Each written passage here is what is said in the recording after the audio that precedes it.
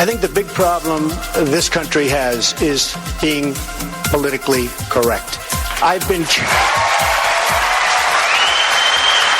challenged by so many people, and I don't frankly have time for total political correctness. And to be honest with you, this country doesn't have time either. Yes, political correctness is out. American exceptionalism is back, ready to re-empower our republic as one nation under God by restoring our unalienable rights of life, liberty, and the pursuit of happiness. This is the Conservative Syndicate, real conservative talk from real conservatives, with your host, John Matthews. The latter-day prophet, saying against the hypocrisies of our time. And Joe Hakos. You want answers! I want the truth! You can't handle the truth! The Conservative Syndicate is comprised of some of the most informed pundits and activists available today. Together we seek to tear down the imaginary wall of separation between church and state through education, information, and engagement on the religion of politics and the politics of religion. And now, your hosts of the nationally acclaimed, globally syndicated Conservative Syndicate, John Matthews and Joe Hakos. All right. Hey, how are we doing out there all across this great land of ours and around the world? It's that time once again for the Conservative Syndicate, real conservative talk from real conservatives. I'm your host, John Matthews, and along with my partner, co-host, partner in crime, Joe Hakos, we do what we do best on this show, and that is to educate, inform, and engage you, our listening audience, on the politics of religion and the religion of politics. And that's what we're here for. Glad to have you with us. Another great week starting out here in 2017. And, we need to give due recognition here. We're in the season here. You know, we're out here in California. Let me kind of introduce it this way, just to kind of give it some flavor here. Out here in California, we've had some real weather out here the last few weeks. Beginning of December, we've had rain, and it's rained here almost 24 hours in the last 24 hours. We got more rain coming. We've had rain. It's cold. I mean, it's like real weather. You know, in California, we have a storm watch normally when it gets foggy. But we've had some real weather. Now they're out there talking about mudslides and everything else because the fire season comes and goes, and the trees all die, and then it rains when it rains, and everything washes off into the ocean. And slowly California is eroding, not only geographically and topography,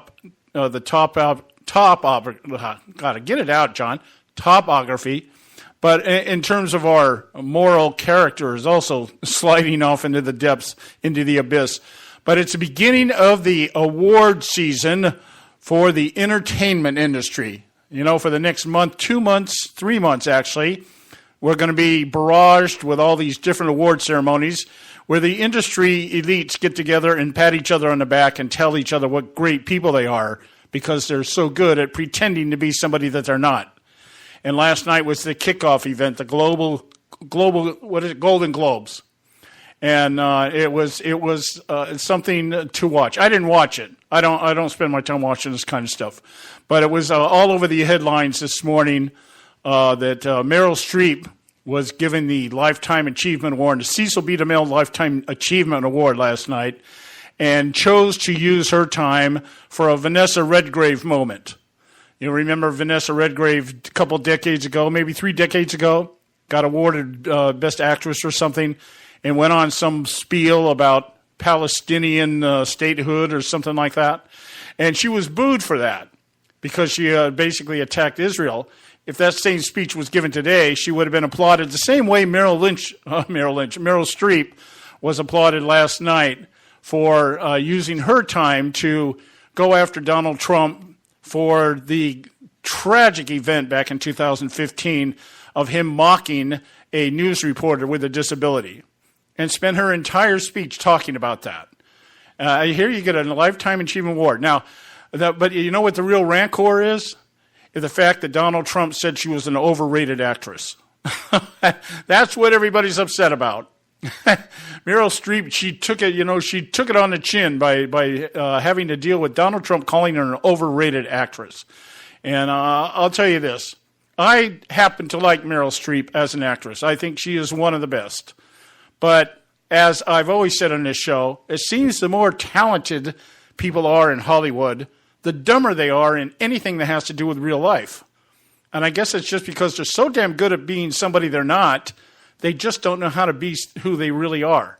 Or when who they really are is exposed, you find out what a bunch of idiots they are. It just seems to go hand in hand. It's almost I don't know, oxymoronic in some ways. I don't know. Anyway, let me get Joe on here. Joe, have you been watching or did you pay any attention today to this thing going on with Meryl Streep? Are you kidding me? Really? No. Well, I have to say this. I agree. When I first saw it, I went, okay, I wasn't going to say anything about it, but I think it's a good introduction to something else that is going on and is building up some momentum here. And I don't know how far it will go. I don't know if it'll be something that will really affect the overall atmosphere or direction that Donald Trump says he's going to take the country. I don't know if it'll have any influence other than what it's had in the past. Let's consider the fact that all these celebrities all supported Hillary Clinton and she still lost. Okay, so it's not like these people I think they have more clout in their own minds than they actually do within the eyes of the public. Well, absolutely. I mean, what you saw was the bubble of bubbles, and they are in that bubble, and you cannot defeat that bubble. Well, you can defeat that bubble. You can defeat it by ignoring it. It's kind of funny. I was looking at something else. Let me see if I can find it real fast. Oh, I was looking at something else here from our friend Mr. Michael Smith. And how much time we got? Yeah, I could probably do this. Mr. Smith writes on his little Facebook here. This is pretty good. And this is not another post about Meryl Streep or her speech. I think I will call it this one, Miss Sloan, the Valley of Elah swapping lions for lambs via rendition. It is, however, a thought or two on what the entire Golden Globes mess says about the larger socio-political climate in the country. I will always find something good, and if not good, of value when reading, watching, or simply hearing about things said good old Meryl. Jimmy Fallon and many other progressives speaking last night from the stage who are known but to entertainment insiders and perhaps God himself. Let me go back. This next part. Hollywood is valuable. Hollywood is valued in that it is a microcosm of the progressive left's most insulated echo chamber. There you go. Oh, that's about as much as I can say about it. Yeah, that's a great phrase. Great phrase. Insulated echo chamber. Yeah, I wonder. Obama just had a big gig here last week, wasn't he? He had all these great Hollywood celebrities, all these people that are out there campaigning for Hillary Clinton, and just rubbing elbows with the Hollywood elite and all this that. And I wonder how many in the party actually went up to Obama at some point in time and said, "Hey, what's the story here? How come we lost?" And Obama, well, we didn't lose. We didn't lose. We did. We've done great. And then I bet you he went into his talking point list of everything he's done to make this country so much better under his tenure. But I thought, in the spirit of the Golden Globes last night, and when we get back from break here, I want to expound on it a little bit. Just kind of give you an idea that the only thing that was missing last night were Legos and therapy dogs. I mean, I'm telling you, it was funny. I pulled up this article of different tweets that came out about and it was, I mean, this is like, if this is what the entertainment season is going to be like this year, this is going to be great comedy. This is going to be great comedy. It was like a therapy session, okay? And I want to share with you some of this stuff because you need to understand Hollywood people are people who make millions and millions of dollars playing pretend, being people that they aren't. And you really need to know what they're like in real life.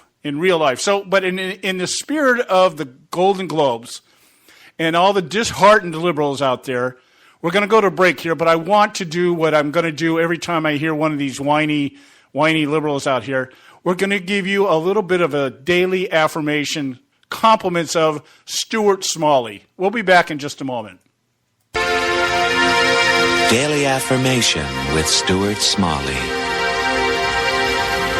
Stuart Smalley is a caring nurturer, a member of several 12-step programs, but not a licensed therapist. I deserve good things. I am entitled to my share of happiness. I refuse to beat myself up. I am an attractive person. I am fun to be with. We're not arguing, we're explaining why we're right. The Conservative Syndicate. Real conservative talk from real conservatives. When our water heater broke down last month, it was a nightmare. It took 5 hours for the plumber to show up, and he charged us a couple of $100 just to come out. Then it cost another $1,800 to put in the new water heater. By the time it was all said and done, I felt like I'd been taken. But what else could I do? The smartest thing you can do is get a home warranty from American Residential Warranty. Their home warranties pay to repair or replace all your major appliances when they break, and they will break, and at the worst possible time. Call American Residential Warranty right now for free information on home warranties starting at just pennies a day. Don't wait for your refrigerator to stop running or your ceiling fans to stop turning. Call American Residential Warranty right now. Ask how you can save up to 50% on washer and dryer coverage. Just call 1-800-790-5960. That's 1-800-790-5960. Again, 1-800-790-5960. Call now. Limited time offer, 24-month commitment and credit qualification require cancellation fee, auto pay, and paperless billing, and other restrictions apply. If you can't see the difference, why pay the difference? Switch to Dish for the best deal in entertainment. Only Dish brings you the best in entertainment for less than $20 a month. Cut the cable and don't get directed. Switch to Dish because at just $19.99, Dish saves you every time you turn on the TV. It's so simple. The same channels cost less with Dish. So since you can't see the difference, don't pay the difference. Switch to Dish for the best deal in entertainment. Get premium movie channels free for 3 months, starting at just $19.99. Dish saves you every time you turn on the TV. Call now to save with Dish. Dial 1-800-600-1645. That's 1-800-600-1645. The same channels for less than $20 a month. Dish. Call 1-800-600-1645 for details. Hey folks, if you're like me, you don't place a whole lot of trust in today's media for the real truth and facts regarding the volatile world of finance and politics. When I want the real scoop on money, I go to the most trusted source I know, my good friend and colleague, Bob Cardoso. Bob is a noted expert with a PhD in international finance who airs his nationally known, globally syndicated show, Robert Cardoso Live Daily, Monday through Friday, 3 to 5 p.m. Pacific Time. With Bob, you get the right information at the right time from someone who knows his business and can help you make the right decisions concerning yours. Again, Bob airs daily, Monday through Friday, 3 to 5 p.m. Pacific Time. Visit his website at robertcardosolive.com for information regarding stations and topics. That's robertcardosolive.com. Check Bob out. You'll be glad you did.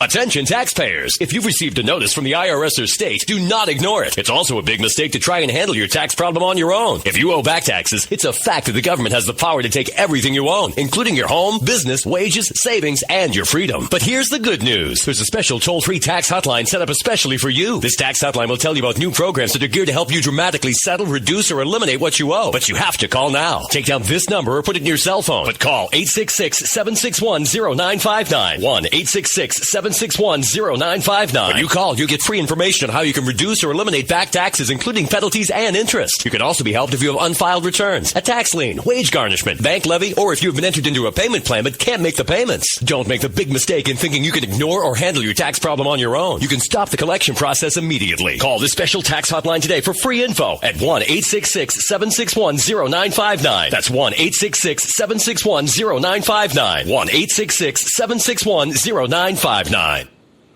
Middle America doesn't have an anger problem. It's got an idiot problem. The Conservative Syndicate, doing our part to eradicate the disease of idiocracy.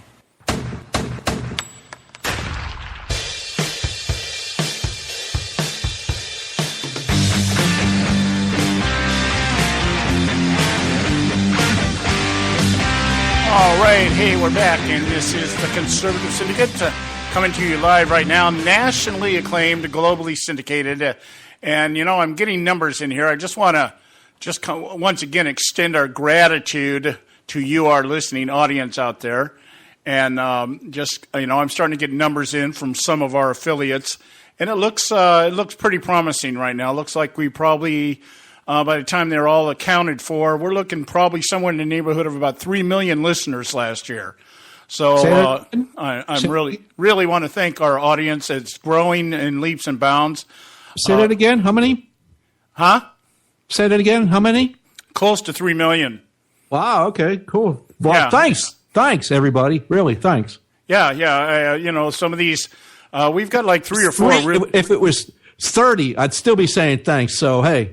Oh, yeah. But it's just been last year we just really kind of exploded. And last year was just a little bit over 2 million. So, we're talking about almost a 50% increase. And it has to really, we really have to take our hats off, not only to our listening audience, but to some of the affiliates that we're dealing with out there. Red State Radio, Talk Radio, Red Nation Rising, Lanterns, these High Plains Radio, SHR Media. These are just a few of the affiliates we're on, and they're feeding us out there all over the place. Yeah, not to mention the folks we have on, like Audrey Russo and Bob Cardosa and Don Dix and Jonathan Dunn. Well, I mean, not to mention our own, where we got a Spreaker. We had, just in the last 3 months, our Spreaker listenership just on our own website has tripled. We're up at somewhere around 2,500 now a show. So that's pretty good, And so, again, we just want to extend our gratitude to you out there in the audience and the hard work of the affiliates that we're tied up with, who are doing really a lot of the legwork for us, doing a lot of the promotion work for us. So. Hey, and like some of our guests, like Mr. Michael Smith, and I got one last thing from Mr. Michael Smith about the Meryl Streep thing. Yeah, go ahead, because we're going to continue that. I just wanted to extend our gratitude out. Yeah, go ahead. You got more with Michael? Remember, in the last segment we said, Mr. Smith told us that Hollywood is valuable and that it is a microcosm of the progressive left's most insulated echo chamber. Basically, he goes, it is the Democrat Party concentrated on steroids. I forgot that part. it's like they're concentrated. Like they really have to think about stuff. But anyway, that's my part. But anyway, and he goes on to write, and he says, and this is pretty much the ball game with these guys.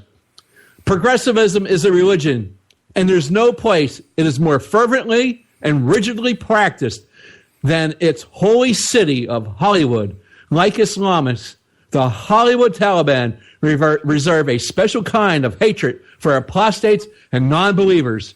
Their hatred for all of us who have rejected them and their religion was palatable and on full display last night. Thank you, Hollywood. That's for me. Thank you. Yeah. As I was saying, I was looking at one of the articles. I thought I kept it, but I didn't. But I can call some of it off the top of my head here. There was one lady out there. I don't remember the names of the people, okay, because I don't follow these people. It's kind of like listening to the music awards now. I hear all these names being mentioned, and I'm like, I have no clue who any of these people are because I don't follow any of them. The only name I just could call off the top of my head when we talk about the music awards that just took place towards the end of the year is Bruno Mars. And the only reason I remember him is because he performed with Beyonce at last year's Super Bowl. Okay. And I just remember because he has a song that I like. There's a song he did last year. I guess it was really popular. Uptown Funk or something like that. But it's just a really cool song, and the video is really good. I mean, it's a good production. I got a kick out of it, and I like it. But for the life of me, I couldn't tell you who these people are. But they had one of the ladies, I guess she won for a musical, the first black woman to win for a musical since Gail. Oh, see, I'm so totally in the dark on these names here. But anyway, the point being is she used her time to talk about how this is for all the black women out there, and everything. And then the most touching moment, I guess it was a show that stars an 8-year-old boy, and his co-star had to hold him up to the microphone so he could read. He was introducing, I guess, one of the people, and everybody awed, how cute, that kind of stuff. And like I said, as I read through the article, I should have kept it, but I didn't because I didn't think it was worth copying and pasting. But it was funny. It's like the only thing that there was missing was, like I said, somebody should have trotted down some therapy puppies or something, especially after Merrill Lynch's speech. Hollywood's just out there. Oh, this is just the greatest thing in the world. Maybe Meryl Streep should run for president in 2020. I don't know. But the reason I wanted to do this and really spend a little bit of time talking about it was because it feeds into the bigger narrative. See, this was not only the kickoff season for the self-effacing, self-promoting, self-patting on the back for the next 3 months from industry elites amongst themselves, because very few of these awards have anything to do with public opinion.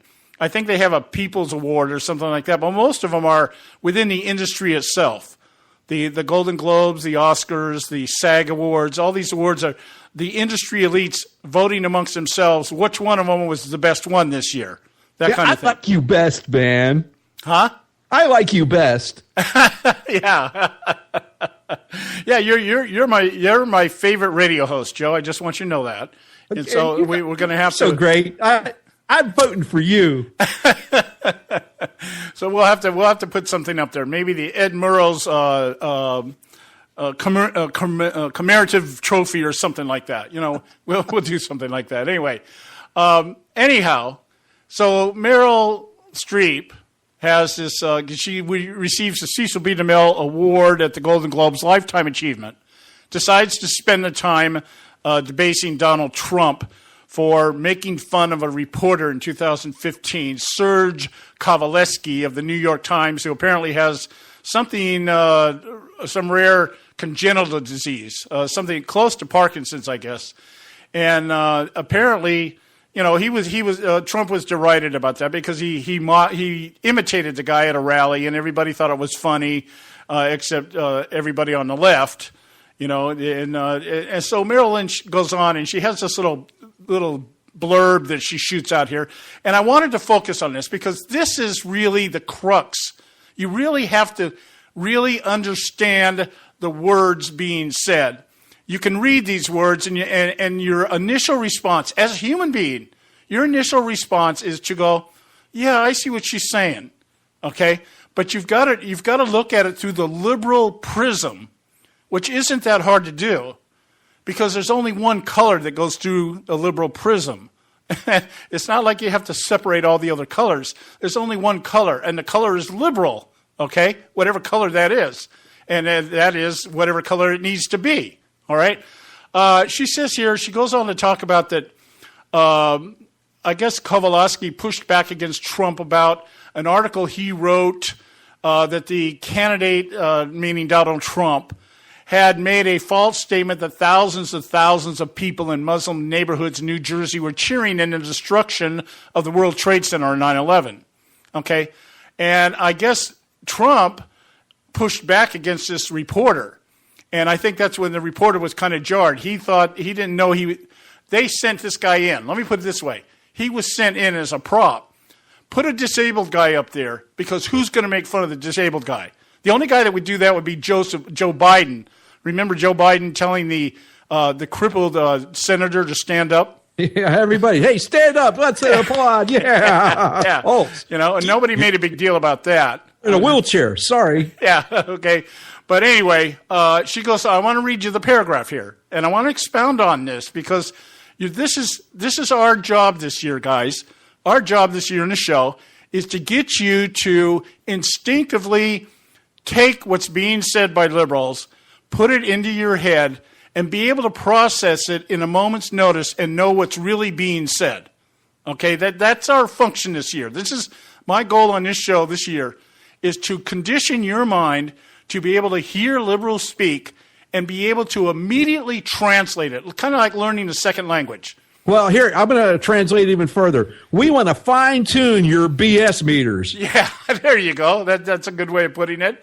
And we want you to be able to, to identify garbage in, garbage out, okay, and be able to do it in an instant. Because if you don't, what happens is, because they beat the narrative to death, is that when you keep hearing it and hearing it, you find yourself almost unconsciously agreeing with it, or at least buying segments of it. The Russian hacking thing is a perfect example. We've done it on this show. I've mentioned it in the terms of Russian hacking. When it wasn't Russian hacking, it was DNC leaking. And you just, because it comes at you all the time, you just have a tendency to at least use part of the narrative to try to talk about it, where you need to be able to reject it immediately, translate it into what it's really saying, and be able to put that out in an articulate fashion. So, Meryl Streep, she said, it kind of broke my heart when I saw it, talking about this display of Donald Trump at a rally in 2015. And I still can't get it out of my head, because it wasn't in a movie, it was real life. See, this is why Meryl Streep had a hard time with this. It was real life. It wasn't in a movie. It wasn't something that you could just look at and critique and, maybe get the movie critics out there to talk about whether Donald Trump acted right, or whether the epileptic guy, whatever it was he was suffering, did he do it the right way? Was he a good actor? Is he, does he deserve an award, or this, that, and the other? And she said, now here's the punchline, guys. Listen to this. And this instinct to humiliate, when it's modeled by someone in the public platform, by someone powerful, it filters down into everybody's life, because it kind of gives permission for other people to do the same thing. Disrespect invites disrespect. Violence incites violence. And when the powerful use their position to bully others, we all lose. Now, I'm telling you guys, she just gave you a word-for-word definition of what it means to be an Alinskyite. This is exactly what the left does. Alinsky, rule number 9. Isolate, demonize, and punch it out. You keep isolating, you find your target, you isolate the target, and you demonize the target. And that's what she was doing last night. She was actually practicing what she was preaching against as she stood up there last night. So was she describing Donald Trump, or was she describing that video we all seen this past week about the 4 people in Chicago beating up on the mentally challenged guy? Oh, yeah. I'm amazed there was no mention of that by anybody. But what was she describing? Was she describing one or the other? Yeah. So but the point being is, what she just described to you was and is one of the key components of being an Alinskyite, a community organizer. How do you get what you want? How do you shake people down? How do you get them to give you what you want? Well, what you do is you humiliate them. You read about this. Alinsky talks about this. Barack Obama talks about it in his book, The Audacity of Hope, or Dreams from My Father, one or the other, okay, one of those 2 books. He talks about this. They talk about how they go out as community organizers, and they would find school board people or a principal or somebody, because in those days that's what they were doing. They were trying to organize the neighborhoods, and the way they would do it is they were going after school boards. There were certain things they wanted from school boards. They wanted more schools, and then when they got the more schools, they wanted the schools named after Hispanic names in the Hispanic neighborhoods, that kind of thing. Okay. So that's what she was talking about here. And let's talk about disrespect inviting disrespect and violence inciting violence. Occupy Wall Street. Black Lives Matter.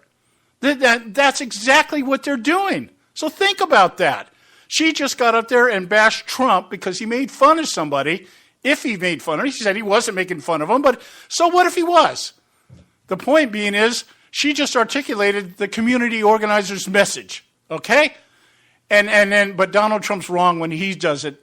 Barack Obama was right when he does it. We got to go to a break. We'll be right back. Stay with us right here at the Conservative Syndicate. State Talk Radio, WRS Cleveland. Hey, I'll make you a deal. Give me 60 seconds, and I'll give you directions to the Fountain of Youth. Okay, I'm joking. Well, kind of joking. No fountains, but youth, I got Nature's Youth and their premier anti-aging product, Nature's Youth RSF. With your sensible diet and exercise plan, Nature's Youth RSF can help you look and feel better. RSF is an all-natural amino acid supplement that supports your body to naturally increase HGH levels without any synthetic hormones. And elevated HGH levels can contribute to increased energy, improved libido, reduced body fat, and improved exercise capacity. Let's be honest. Who doesn't want to look and feel younger? Visit the newly designed website at naturesyouth.com or call 800-333-6923. That's 800-333-6923, and like them on Facebook, and you'll be included in contests and exclusive offers. What a deal. Oh, speaking of deals, my time's about up. 800-333-6923 or naturesyouth.com. Who needs a fountain anyway? Call today. Extend your life with Extendovite. When I had a heart attack at 42, I was not sure what the future held. But a year later, the doctors could find nothing wrong with me and took me off all my medication. What did I do? I took a herbal mixture of garlic, cayenne, and a few other herbs mixed in liquid form. I now call this Extendovite. I would have never believed that a few simple herbs could actually change my life like they did. Now it's your turn to see what the powers of garlic and cayenne can do for you. For only $69.95 plus shipping and handling for a 2-month supply of either capsules or liquid, you too can begin on your path to better health. For more information, call 1-877-928-8822. That's 1-877-928-8822. Or visit our website at heartdrop.com. Extend your life with Extendovite. I've owned my company for 14 years now, and I can tell you that payroll is a 4-letter word. I hate doing it. It eats up hours I don't have, and it costs me money I could be saving. But my accountant's too expensive, and I'm not sure who to call. But I know I need help. We're Paychex, and we take all the hassles out of small business payroll. We save you time and money. It's easy. Call, fax, or give us your payroll information securely online, and we take care of the rest. We calculate the correct taxes, manage payments and direct deposits. We even send out your checks. Payroll doesn't need to be a 4-letter word anymore. We're so sure that we can save you time and money that we'll give you a month's payroll free. Just for calling 877-663-3830. Get 1 month's payroll for free. Call Paychex right now. 877-663-3830. That's 877-663-3830. Hey, I don't back anybody unless I believe in them. And I do believe in the value of investing in gold and silver. And the company I trust to buy my gold and silver from is Swiss America. I've been working with them for nearly a decade. I trust them, and you can too. Swiss America will help you sort through and find the best options available when you're considering investing in gold and silver coins. Listen, for over 30 years, Swiss America has been offering Americans what they want in their investments: safety, liquidity, quality, reliability, and a potential profit. Gold and silver have a place in every investor's portfolio. So why not let Swiss America help you diversify your investment portfolio now? Call now for free information. 800-978-3907, 800-978-3907, 800-978-3907, 800-978-3907. Individuals and businesses with tax problems, listen carefully. Do you feel like you're losing control of your finances? If you owe over $10,000 in back taxes or have unfiled tax returns, we can help you take back control. The IRS is the largest and most aggressive collection agency in the world, and they can seize your bank accounts, garnish your paycheck, close your business, and file criminal charges. Take control of your tax problem now by calling the experts at U.S. Tax Shield and take advantage of the Fresh Start program and new laws that may allow us to negotiate a settlement for the lowest amount possible. Our team of tax attorneys and enrolled agents can stop collections and get you protected so you can take control of your financial future. U.S. Tax Shield offers a price protection guaranteed quote to get you protected today. U.S. Tax Shield is A+ rated with the Better Business Bureau, so call now. 800-380-2906. That's 800-380-2906. U.S. Tax Shield. 800-380-2906. Middle America doesn't have an anger problem. It's got an idiot problem. The Conservative Syndicate, doing our part to eradicate the disease of idiocracy.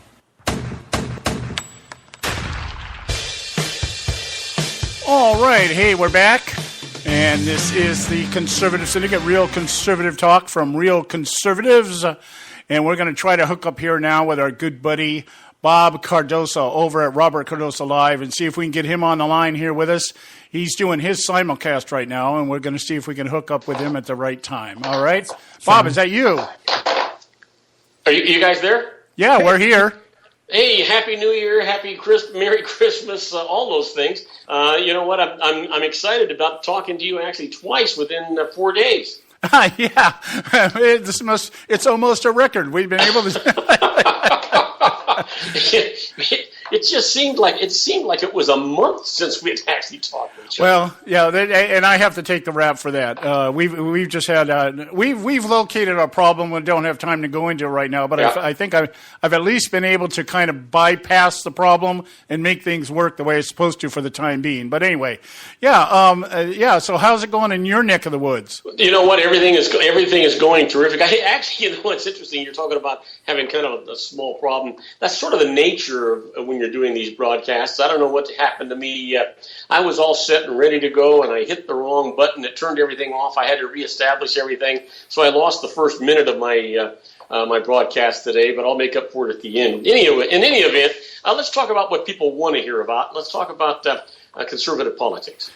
Yeah, we were just kind of brushing up on the Golden Globes last night. Meryl Streep deciding to take her lifetime achievement moment and basically go after Donald Trump for making fun of an epileptic back in 2015, but it feeds into a bigger narrative, and the bigger narrative that I'm hearing out there all across the cyber world on the liberal front is that there is going to be a quote-unquote hashtag resist Trump movement.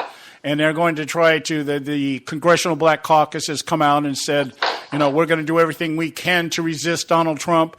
We've got the elites in Hollywood. Just before we came on the air today, I found an actual website called resisthere.org, and they have actual talking points against all of Donald Trump's confirmations.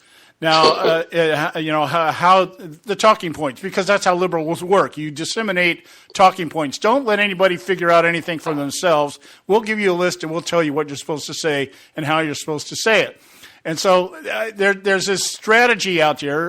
Chuck Schumer's out there telling us that they're going to do everything they can to resist Donald Trump, the repeal of Obamacare. Nancy Pelosi's out there pretending like she's still relevant. John McCain and what's the other guy named? Lindsey Graham are out there on the weekend talk circuit, all talking like they're still relevant. None of these people have figured out that Donald Trump won because everybody else thinks and knows they're irrelevant. But the point being is that there's this, I think, this hidden strategy going on with this confirmation hearing process. Right now, the narrative is, of course, they want to slow everything down. Donald Trump's confirmations or his nominations have not been vetted properly. That's the narrative that's being floated out there right now. But I think it's leading to a bigger narrative down the line here. But I wanted to get your take on that. What do you think about this process that they're now claiming that apparently Obama got away with, but Donald Trump can't, that we need to slow down the confirmation process? Well, you know what? I have more of an open concept about what's going on there. I actually did a lot of research on that myself. I'm a little disturbed that not only the liberals, but you know the what the heck's his name? The Reverend Sharpton. What's his name? Sharpton. Yeah, Sharpton. You know, he's taken on the bandwagon, and they're all doing all this stuff, and it's really just to block good government and good progress. But the problem with the confirmations, the way that I have heard it, is this. You know what? Obama didn't have a problem getting his initial confirmations because there is an initial paperwork, it's just a few pages, that each confirmee has to fill out so that the Senate can review that so they know what kind of questions to ask. Apparently, what they're saying is that if the Republicans do not fill out that minimum paperwork for the background checks, that they are going to hold things up. You know, you have to have a standard, and there's got to be. I mean, how do you confirm somebody if you don't know a damn thing about them? I kind of understand that, but if that's all just BS, if that's all just more, a sleight of hand to slow things down, then I'm totally opposed to it. Matter of fact, I'm pretty much opposed to anything that slows down Donald Trump getting his first 100 days to see how progressive he can be. Well, I think that's the intent, at least initially, is to slow him down. Because one thing we know, Joe brought it up here last week when we had Scott Faulkner on, then Scott said it himself, Trump has to move fast in the first 100 days. If he doesn't, what'll happen is the establishment will have time to catch their breath, and they'll be able to collude together, both sides of the aisle, to be able to stand against everything that Trump wants to do, because God knows the Republican Party doesn't want change any more than the Democrats do. You hit the nail right on the head, and this is the really sad part about this, John. You've got a conservative in the White House, you've got a conservative-controlled Congress, you've got a House, you've got a conservative-controlled Senate, and the truth is the guy that's in the White House really does not have the support of his own Senate and his own House of Representatives. These people were against him from the very start. They're just kind of caught between a rock and a hard place. They're the same good old boys that need to be drained from the swamp. Yeah, I agree. But here's the bigger point. The narrative right now is going to be, I think what they're trying to do right now is they're trying to set up a foundation through this narrative that the confirmations are being done and they're not being vetted right and everything else. But I think what it is it's something that will be done for a short period of time. The confirmations will eventually take place. And then down the line, it's going to resurface. As these nominees step into office and start performing their duties, it's going to now come back to them being unethical, because you can see it already. You can already see they're already trying to draw the contrast between Donald Trump and his business interests and things like that. So I can see this being put together. The narrative is going to be that everybody in Donald Trump's administration is corrupt. Okay, and who knows better corruption than the left? Well, this is my New Year's dream. Not my New Year's resolution, because I haven't got any control over it, John. But my New Year's dream is, I honestly believe that everyone that Donald Trump is proposing for his cabinet will be approved. And I agree with you that later on down the line, they're going to use that to castigate these guys and the things that Donald Trump is doing. But the faster they can approve these guys, the faster the effect Donald Trump can have in his first 100 days. If he gets that momentum going, even the good old boys on the conservative side and the Democratic side are not going to be able to stop that momentum. Yeah. You got anything to add to this, Joe? Well, yeah, these guys will be confirmed. He'll get everything he wants.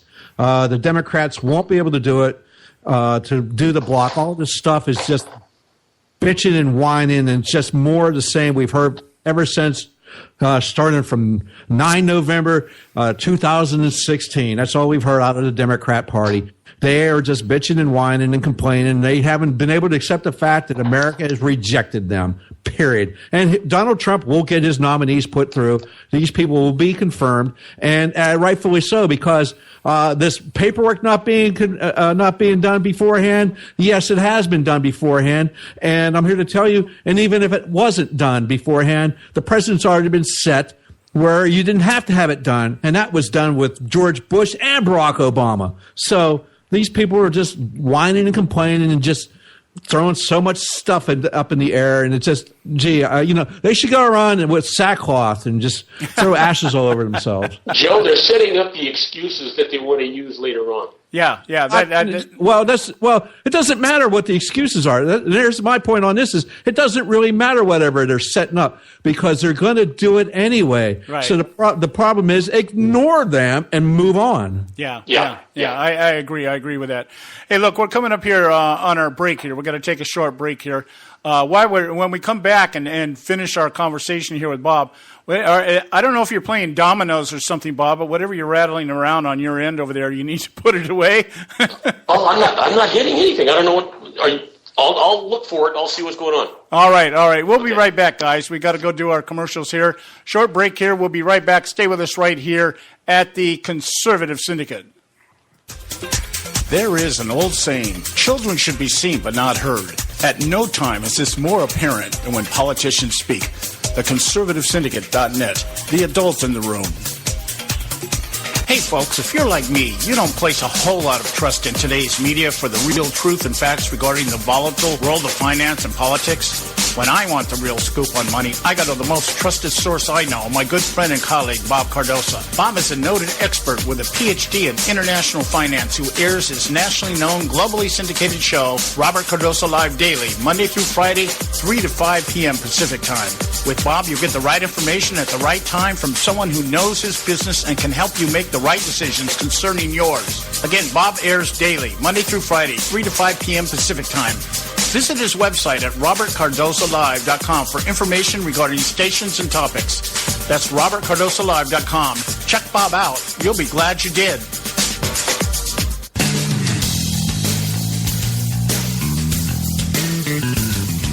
History affirms a vibrant civil society thrives on freedom of conscience, religion, and choice. Any society absent these qualities stifles individual responsibility and accountability, thus enslaving its people by denying them their potential for goodness, creativity, and altruism.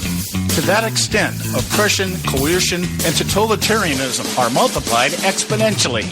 To counter such outcomes, the American Freedom Alliance was formed.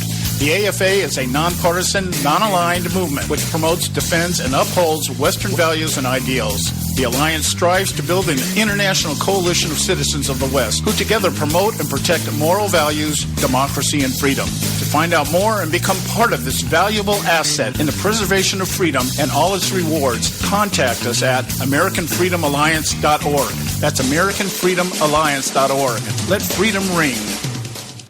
And now back to the Conservative Syndicate, real conservative talk from real conservatives.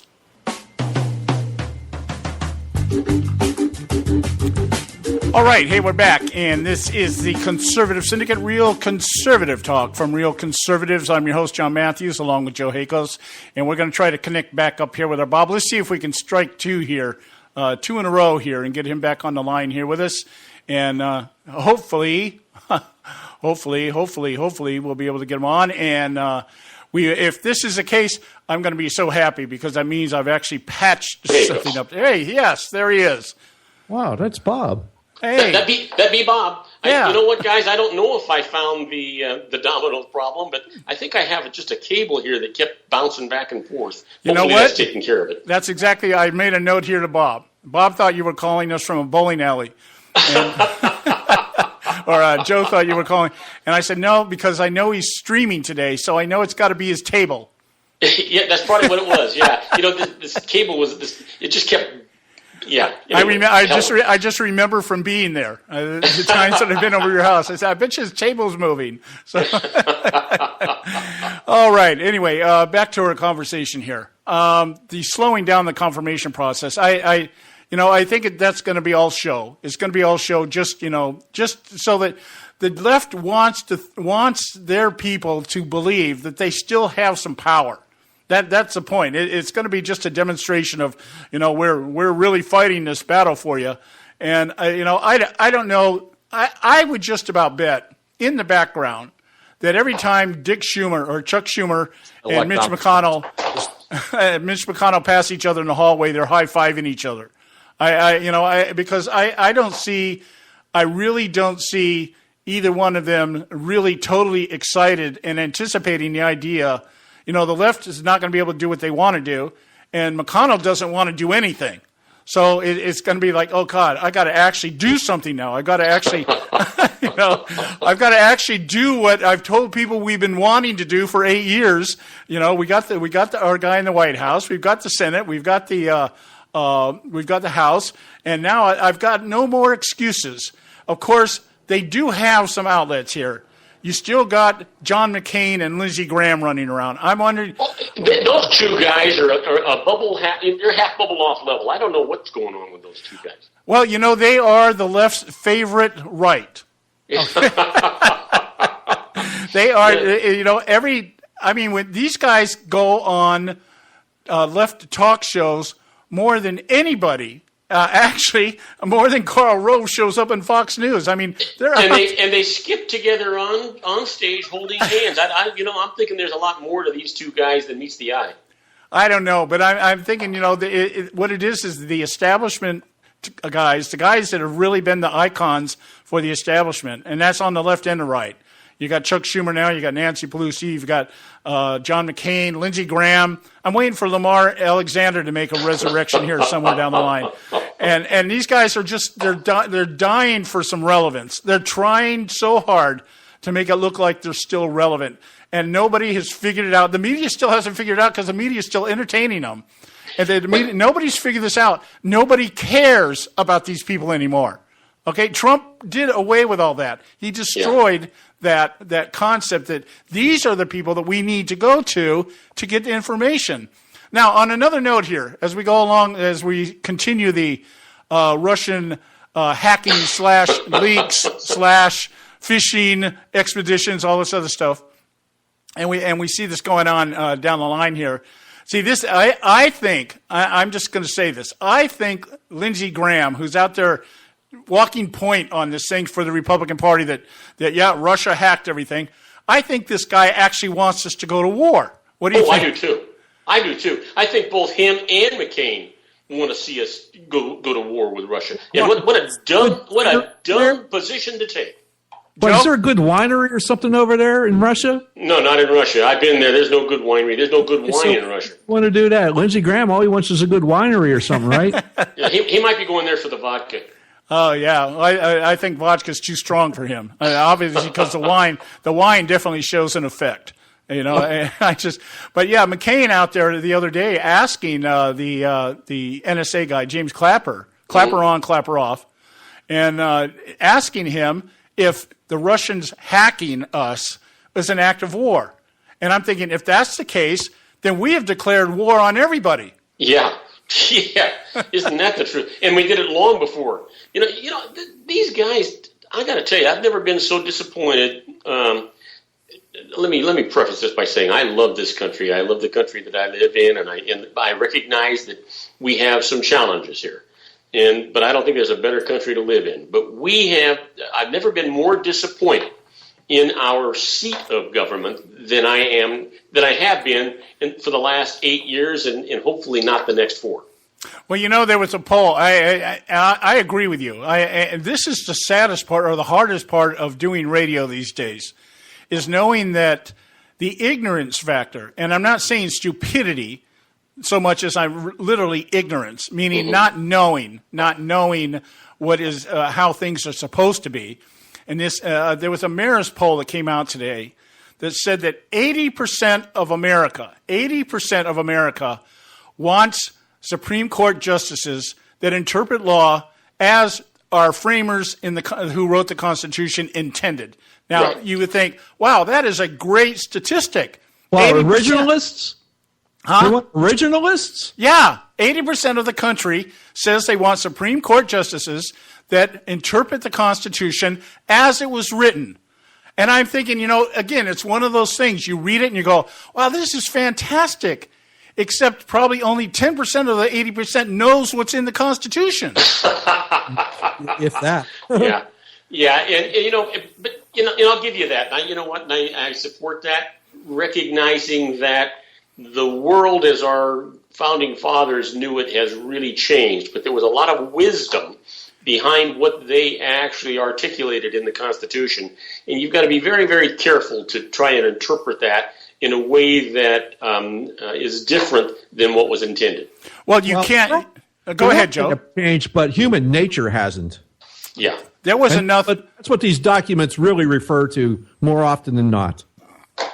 There was enough authorship during the writing of the Constitution and the entire ratification process, and even after the Constitution was written by our framers, signifying and emphasizing that it was to be taken the way it was written. They weren't putting little clauses in there, except for this exception or, this, that, and the other. And people are saying, well, they didn't know that we were going to have these social issues. No, maybe they didn't know, but that wasn't the point. They knew enough about government to know and were scholars of past governments and empires and everything else to know that, hey, this is the greatest experiment in the world. We are going to allow the people that are going to be governed to choose who is going to govern them.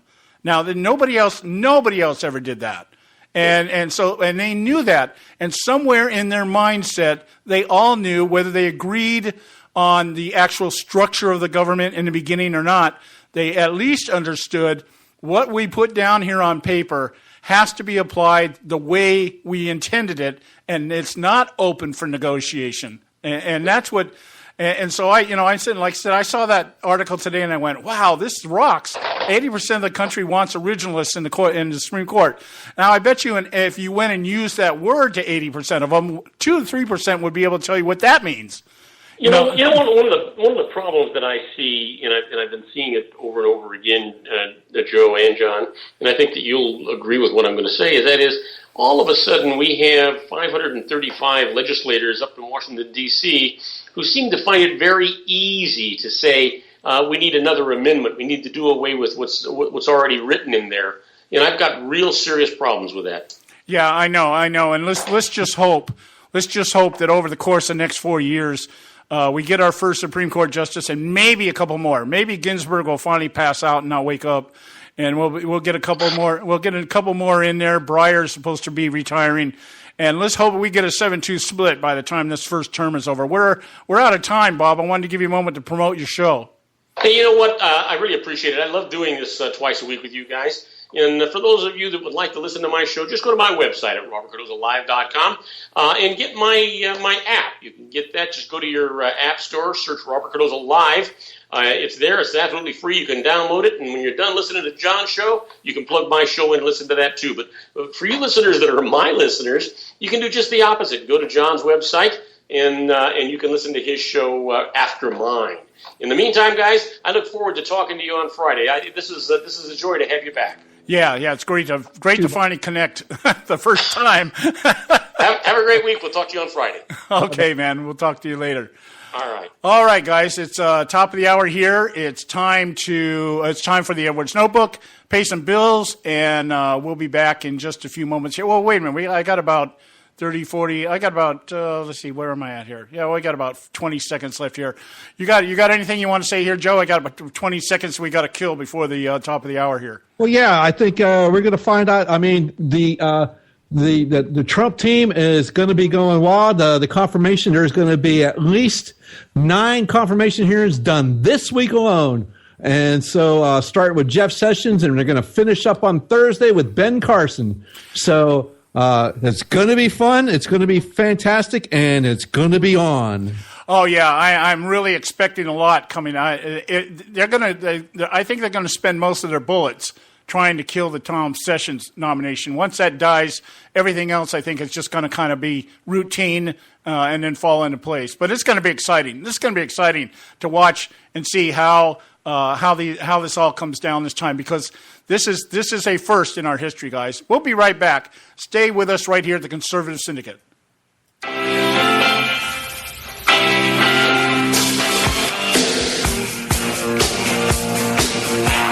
If a group of black Chicago thugs beat up and torture a white guy who supports Donald Trump, who in their right mind gives a rip if the thugs hated their victim or not?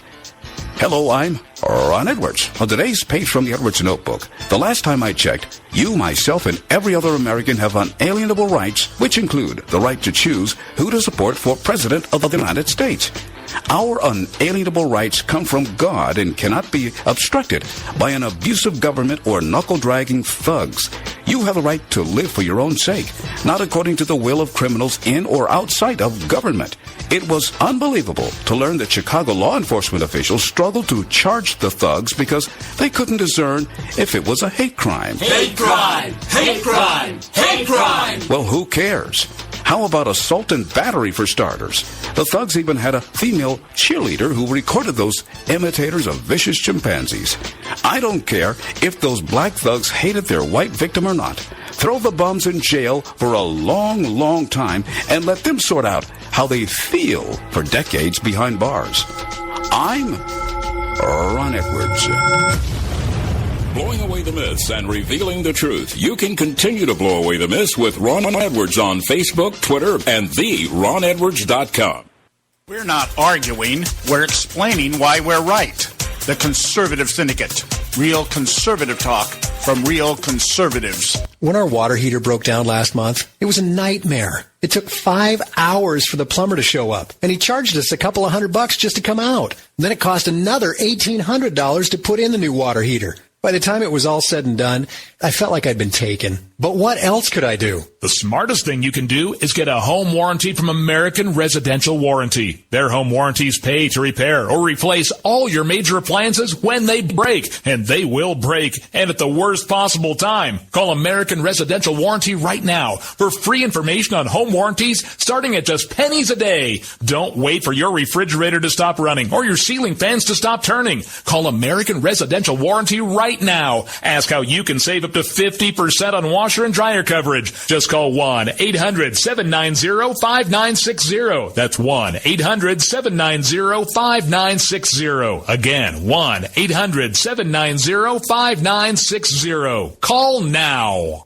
Limited time offer, 24-month commitment and credit qualification require cancellation fee, auto pay, and paperless billing, and other restrictions apply. If you can't see the difference, why pay the difference? Switch to Dish for the best deal in entertainment. Only Dish brings you the best in entertainment for less than $20 a month. Cut the cable and don't get directed. Switch to Dish because at just $19.99, Dish saves you every time you turn on the TV. It's so simple. The same channels cost less with Dish. So since you can't see the difference, don't pay the difference. Switch to Dish for the best deal in entertainment. Get premium movie channels free for 3 months, starting at just $19.99. Dish saves you every time you turn on the TV. Call now to save with Dish. Dial 1-800-600-1645. That's 1-800-600-1645. The same channels for less than $20 a month. Dish. Call 1-800-600-1645 for details. Hey folks, if you're like me, you don't place a whole lot of trust in today's media for the real truth and facts regarding the volatile world of finance and politics. When I want the real scoop on money, I go to the most trusted source I know, my good friend and colleague, Bob Cardoso. Bob is a noted expert with a PhD in international finance who airs his nationally known, globally syndicated show, Robert Cardoso Live Daily, Monday through Friday, 3 to 5 p.m. Pacific Time. With Bob, you get the right information at the right time from someone who knows his business and can help you make the right decisions concerning yours. Again, Bob airs daily, Monday through Friday, 3 to 5 p.m. Pacific Time. Visit his website at robertcardosolive.com for information regarding stations and topics. That's robertcardosolive.com. Check Bob out. You'll be glad you did. Attention taxpayers. If you've received a notice from the IRS or state, do not ignore it. It's also a big mistake to try and handle your tax problem on your own. If you owe back taxes, it's a fact that the government has the power to take everything you own, including your home, business, wages, savings, and your freedom. But here's the good news. There's a special toll-free tax hotline set up especially for you. This tax hotline will tell you about new programs that are geared to help you dramatically settle, reduce, or eliminate what you owe. But you have to call now. Take down this number or put it in your cell phone. But call 866-761-0959. 1-866-761-0959. When you call, you get free information on how you can reduce or eliminate back taxes, including penalties and interest. You can also be helped if you have unfiled returns, a tax lien, wage garnishment, bank levy, or if you've been entered into a payment plan but can't make the payments. Don't make the big mistake in thinking you can ignore or handle your tax problem on your own. You can stop the collection process immediately. Call this special tax hotline today for free info at 1-866-761-0959. That's 1-866-761-0959. 1-866-761-0959.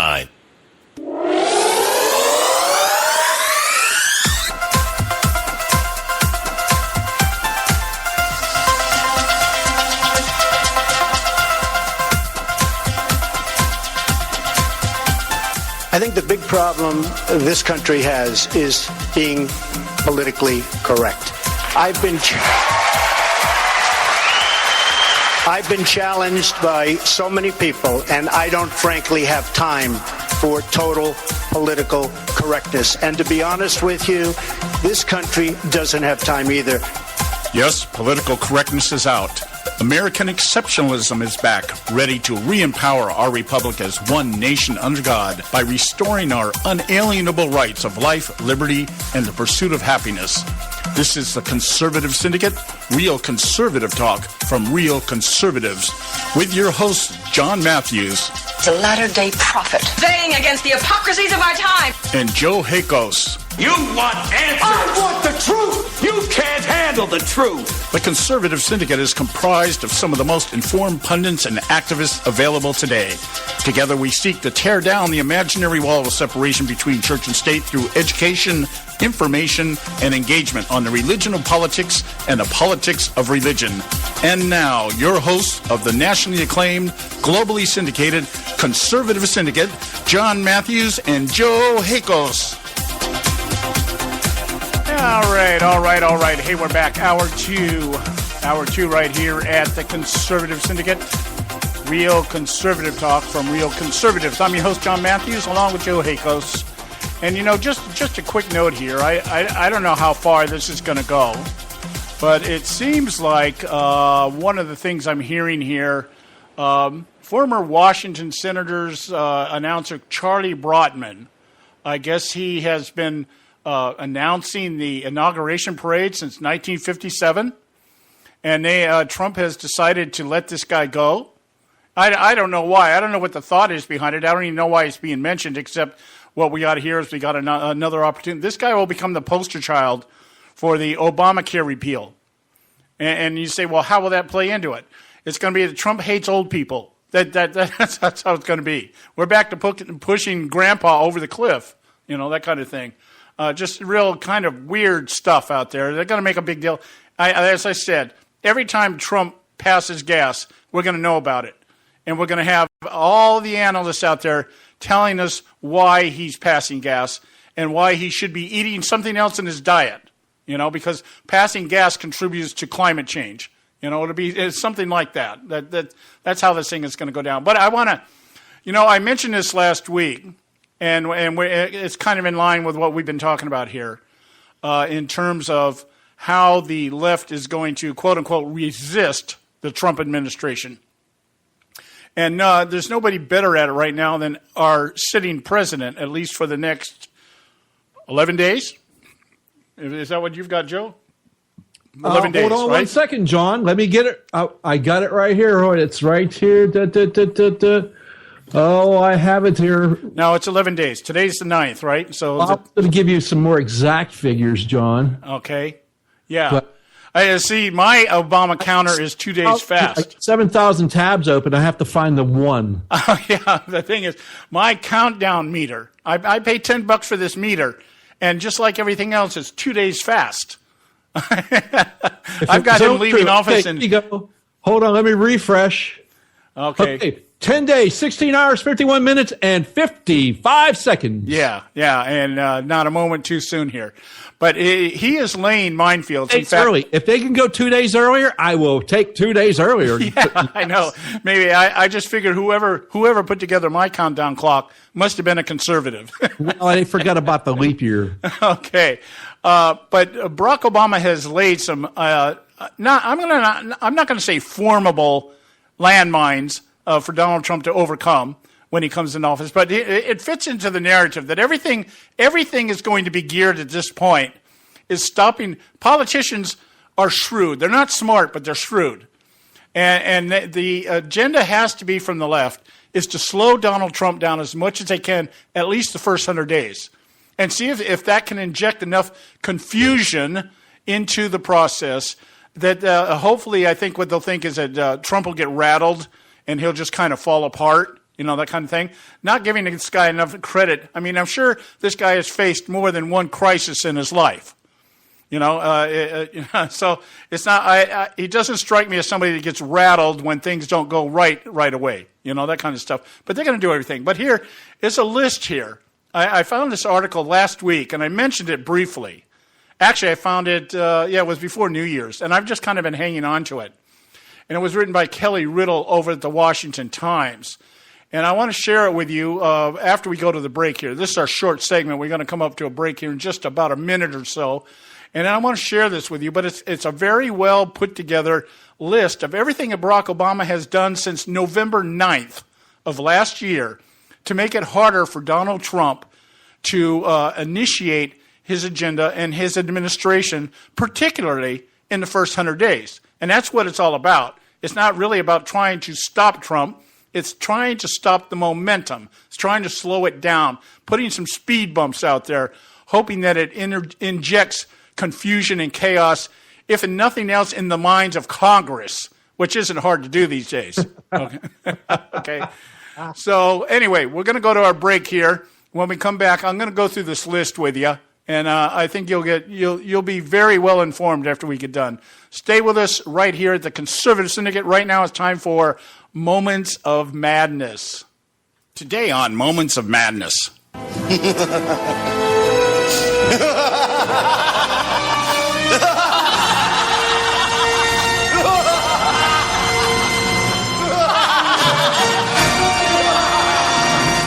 Just before Christmas, the Alinsky Party of America, also known as the Obama administration, abstained from voting on a UN resolution that demands the halt of settlement activity by Israel on occupied Palestinian territory. This move by the U.S. was unprecedented in that the U.S. has abstained less than 24 times on 226 UN resolutions against Israel since 1948. Those choices to abstain were all resolutions condemning Israel for acts of defense. This resolution was put forward at the 15-member council by New Zealand, Malaysia, Venezuela, and Senegal, a day after Egypt withdrew their support under pressure from Israel and U.S. President-elect Donald Trump. Israel and Trump had called on the U.S. to veto the measure. The resolution was adopted with 14 votes in favor to a resounding round of applause. It is the first resolution the Security Council has adopted on Israel and the Palestinians in nearly 8 years. The international community has told the people of Israel that the way to security and peace is not going to be done through occupation, but rather through peace, ending the occupation, and establishing a Palestinian state to live side by side with the state of Israel on the 1967 line, Palestinian negotiator Saeb Erekat told Reuters news agency. Outraged by conservatives as well as GOP neocons like John McCain and Lindsey Graham were incessantly predictable. The question now being asked, if only rhetorically by the media, is why would Obama do this? And why would he do this now, given his lame duck status amid an incoming Trump administration that will surely undo this as quickly as it was passed? The answer to this and other questions regarding Obama's scorched earth maneuvers in his last days is actually found among another brewing controversy, this one involving Russia. Here's the madness. In June 2016, Nancy Pelosi trots out the Russian hacking theory now being reported as fact after the DNC is hacked along with the State Department. The DNC emails are leaked and show a conspiracy to make sure Hillary wins the nomination. At that time, everyone claims no one knows for sure, but they think it might be Russia, hence Pelosi's preliminary damage control effort. Little attention is paid to the content of the emails, but rather the alleged source. Then a month before the election, WikiLeaks trots out John Podesta's emails, showing within the Clinton campaign not only conspiracy to make sure Hillary wins, but collusion with the media, including how to manipulate polls, corruption with donors, and even racism, needy Latinos, and a Catholic church spring to change church doctrine. Again, no one has evidence Russia is behind this, only speculation. And again, the content of the leaked emails are secondary to the narrative being advanced Russia is up to no good, and now Trump may be part of it. Then the election comes. Hillary loses. All of a sudden, Obama says he knew of Russian interference in 2015, but chose to remain silent because he figured Hillary would win anyway, so why give ammunition to us right-wing fanatics? In fact, Obama says he has known of Russian interference since 2009. The proper term is spying, by the way, the same thing we do to them. Obama chose to remain silent then also. All of a sudden, everyone agrees it has to be the Russians. Still no evidence, just assessment and speculation. Jay Johnson of the DHS, along with Director James Clapper of the NSA, speaking on behalf of his and 16 other intelligence agencies, concur by assessment they believe it is Russia. Not one soul from these other agencies is asked to concur with Johnson and Clapper's claim by the media. The CIA and eventually the FBI reconcile their different assessments and validate the narrative. Apparently, FBI Director James Comey owes one to Obama for costing Hillary the election. Not Hillary, Obama. Security experts hired by the DNC, along with college professors, claim the hacking shows similarities to earlier hacking procedures by Russians, while other experts say the Russians, if guilty, would employ tactics that were untraceable. Calls for evidence remain unanswered, but speculation becomes fact because everyone thinks it's the Russians. Joining the cadence are neocons John McCain and Lindsey Graham, again as predictable as they are moronic. House Speaker Paul Ryan agrees since he has to deal with these neocons who are establishment icons. Under immense pressure to produce evidence, Obama demands a report be submitted to him before he leaves office. Meanwhile, Obama puts sanctions on Russia and pulls diplomats out of their capital.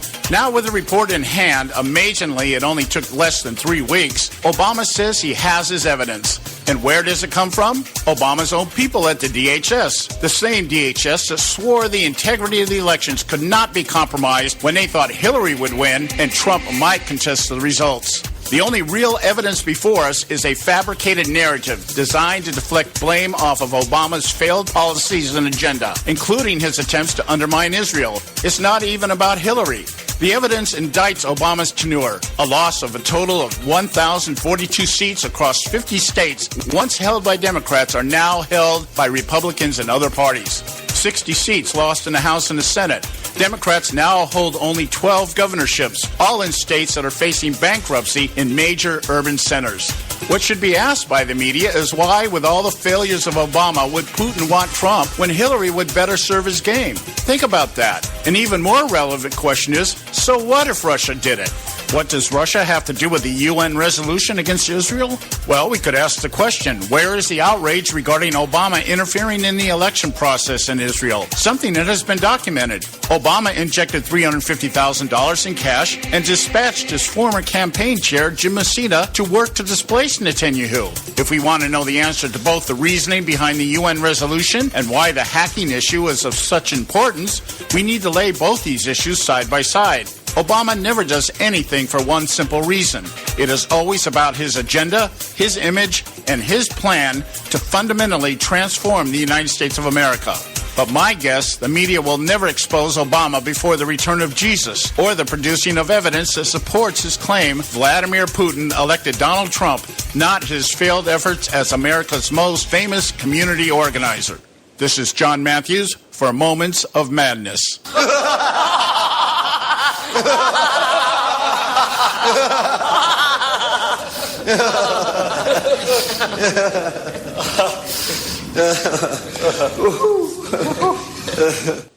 And now back to the Conservative Syndicate, real conservative talk from real conservatives.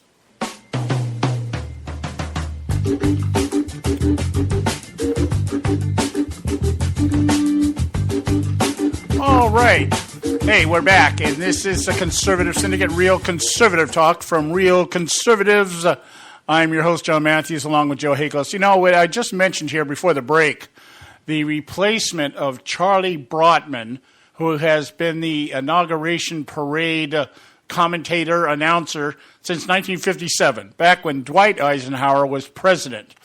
And I was looking, I decided to read through the article real quick, but this is an era of change. And I just want to say this real quick here, because we had a change out here in California. Not only, I mentioned after New Year's Day, the Rose Parade, the way that the Rose Parade is evolving. I'm expecting at any moment that somebody is going to decide that Perez Hilton needs to be the announcer for the Rose Parade, and it'll just be a gay pride parade, because that seems like where it's going with the different themes. And I talked about it. I'm not going to talk about it again, but the different things that they did in this Rose Parade that just glorified some of the godlessness that goes on in this country. And so I was looking at this, and Charlie Brotman said that when he received the email that he was not going to be the announcer this year, that he had actually contemplated suicide. And I'm thinking that, see, this is the kind of stuff that the media is going to float out there. That Donald Trump has no sensitivity, that he wouldn't allow this man to continue to announce these parades or whatever. We had a change out here this year, believe it or not. And I think this is just indicative of what's happening here. The era of change is upon us. Out here in the Rose Parade, we've had staples out here, I think since 1982. Excuse me. Bob Eubanks and Stephanie Edwards were the announcers for the Rose Parade. And they were replaced this year. And they were replaced with a couple of Entertainment Tonight wackos, Lisa Gibbons and Mark Steins, not Mark Stein of radio fame, Mark Steins, who works with Entertainment Tonight. And they took over for Bob Eubanks and Stephanie Edwards. And it doesn't really make any difference because they all read from the same cue cards. Okay, so it's not like the content was any different. I'm just saying because it seems like, yeah, there's other signs out there, that are just signifying that, hey, yeah, maybe there is going to be, maybe some people's world is really going to get rocked.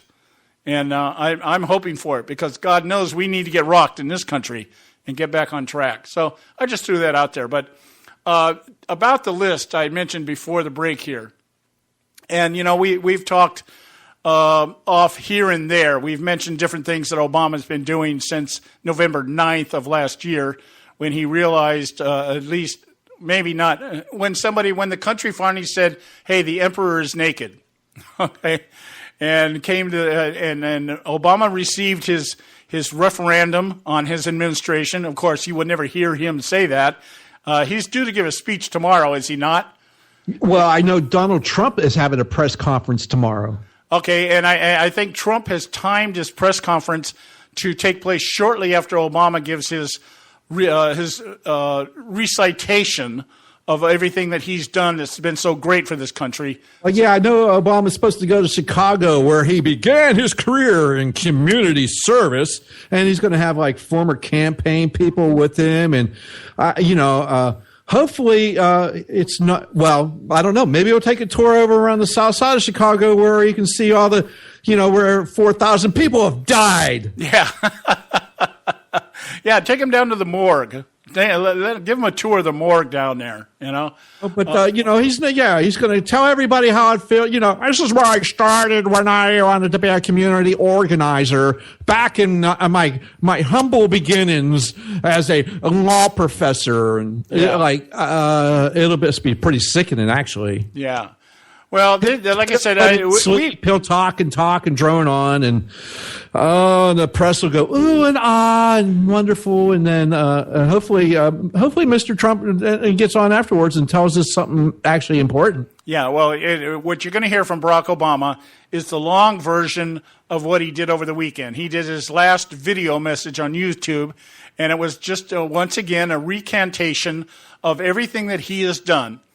Everything that he has done, and what a great attribute he has been for this country, and how he has fundamentally transformed the United States of America and made it a better place, more respected by the world, with a better economy, and the racial issues. Oh, they're not that bad, Yeah, there's some people out there that need to be schooled, but overall, we've done a really good job, Okay. So anyway, 10 days. My bad. 10 days. Yeah, I know. I may actually do something on the 20th that I haven't done in quite a while. I may actually have a drink. I'm going to do. I'm going. This is going to become my unofficial holiday, and I am going to take the day off and not go to work, and I'm going to enjoy Inauguration Day. Yeah. Yeah. All right. Okay. Like I said, we have in spots here and there talked about some of the things that Obama has done. But Kelly Riddle over at the Washington Times did a real good job of compiling them all into one article. And I thought that would be great to give our listeners out there, give you out there in our audience, a recount here of what Barack Obama has done since November 9th, since it was found out or since it was decided that Hillary Clinton was not actually going to be the first the first black woman president of the United States. Okay. All right. Here we let's see. She starts the article off about talking about how they met in the Oval Office after the election, and Barack Obama said in front of the cameras, "If you succeed, then the country succeeds." And she says, "Yeah, what a bunch of hooey." She says, since November 8th, the November 8th results, Mr. Obama has taken a blowtorch to the Oval Office, ensuring through his last-minute executive actions and agency rulings that Mr. Trump will have anything but a smooth transition into office. So that there alone tells us exactly how it can be changed, because it's not law. Although these agency rulings that he put in place do have the weight of law, because Congress has, given up their authority to a lot of these three-letter institutions. Right, exactly. Now, Ms. Riddle goes on to say, Mr. Obama, looking to protect his legacy, has unilaterally made several moves to undermine and undercut Mr. Trump's ability to deliver on his campaign promises. Succeed is something Mr. Obama definitely doesn't want Mr. Trump to do. And we can tell that because the narrative that's floating out there in big headline letters these days is resist Trump. That's what we're going to hear all the time, every time Trump says or tries to do something. Okay, she goes down this list. And this is, like I said, the date of this article is December 29th. So this is just before or just after Christmas. Last week, meaning just before Christmas, Mr. Obama decided to wave his middle finger at Israel, our closest ally in the Middle East, by having the U.S. abstain from a United Nations vote which said Israel was in violation of international law by allowing Jewish settlements anywhere in the West Bank, including Jerusalem. Mr. Trump has vowed to move the U.S. embassy to Jerusalem. Okay, so he's through the abstaining a vote, and I think I covered here 226 times, 226 resolutions since 1948. The UN has floated against Israel, and the United States has always voted for Israel, with the exception of I think it's 12 times. And the 12 times that the U.S. abstained from voting was when the resolutions were condemning Israel for acts of defense. They had done something to defend their country, defend their people, and the UN came together and just like this said, oh, no, you guys have violated the law, you violated everything else, and the U.S. has abstained from voting on that issue at all. Now, so, I like the way she puts it. He waved his middle finger at Israel. In regards to Russia, Mr. Obama sanctioned it for its meddling in the U.S. election, with the mindset to make the sanctions as difficult as possible for Mr. Trump to roll back. It's unlikely any punishment will be delivered in Mr. Obama's term. It's something Mr. Trump will inherit. Part of the goal here, now this is coming from the Obama administration. Part of the goal here is to make sure that we have as much of the record public or communicated to Congress in a form that would be difficult to simply walk back. Again, an unnamed administration official told the Washington Post. Nobody wants to cough up who they are when you're talking against the great kahuna, Barack Obama out there, all right? So now, domestically, you thought, well, okay, it was just Russia and Israel. No, he's done a lot of stuff here. Domestically, he's also burying landmines, in the words of Ms. Riddell, for Mr. Trump to face. On Wednesday, that would be the Wednesday before the New Year's, the president grabbed 1.6 million acres of western land in Utah and Nevada, declaring it national monuments. He's ready to move to cordon off the massive area from energy development. He doesn't want any, it's going to be federal land, therefore nobody's going to be able to lay pipes or drill or do anything out there. A similar stroke was made when the Interior Department adopted a controversial last-minute rule aimed at making the coal industry cleaner.